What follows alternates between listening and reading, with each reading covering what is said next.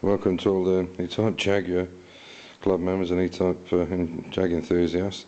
This is part 2 of that one. I'm not very good with the electronic equipment, computers and cameras and things. Mechanical stuff's one thing, but the computer stuff just phases me out. Anyway, this is kind of part 2 of that. So I was showing you this lip seal here, which is so much better now on here. You know, if you go to S&G Barrett or anybody, just tell me you want this new style one. It's much darker, the material, which for a start off, like a lot of the rubbers are quite, and it's like they've got some kind of chalk on them or chalk dust or something. Okay, another little tip here. When you're putting in this chrome strip here, inevitably you're going to catch the paintwork. So when you've finished the bodywork, make sure you can actually put this on before you spray the car, and then take into account the fact that with the spray and the lacquer and everything else. So it's an area you probably want to avoid putting, or tell the painter not to put too much on this. But a little tip here is, obviously you want to use a rubber hammer of some kind to get it on, or you'll damage the chrome.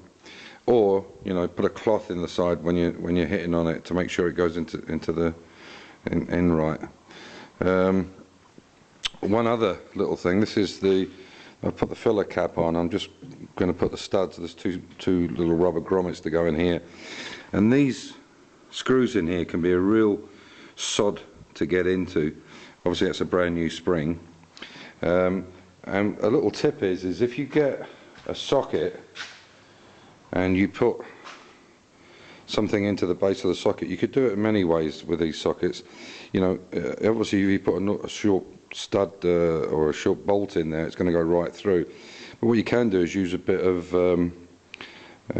Play-Doh, like I used for the doors, and pop a nut in there and a bit of Play-Doh so it sticks to the top, and then that way you can turn it.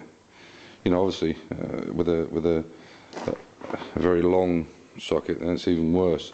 But that's a little way of catching them, you know, and that way you can turn them in, because that's quite a difficult area to get into. That doesn't seem like it's that difficult compared to some of them, but it is.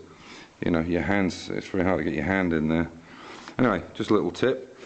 So yeah, if you're going for these rubbers, make sure you go for these new style ones, because the old ones are just really an absolute pain and a waste of space in my opinion. But I'm not even sure if they've done it with the front ones, but as I say, it's coming on, chrome's on now. So yeah, slow but sure. I'll put this rubbers into here, but it's coming on. Anyway, thanks for looking in. I'm sorry about the screw up with the last video, but there you go.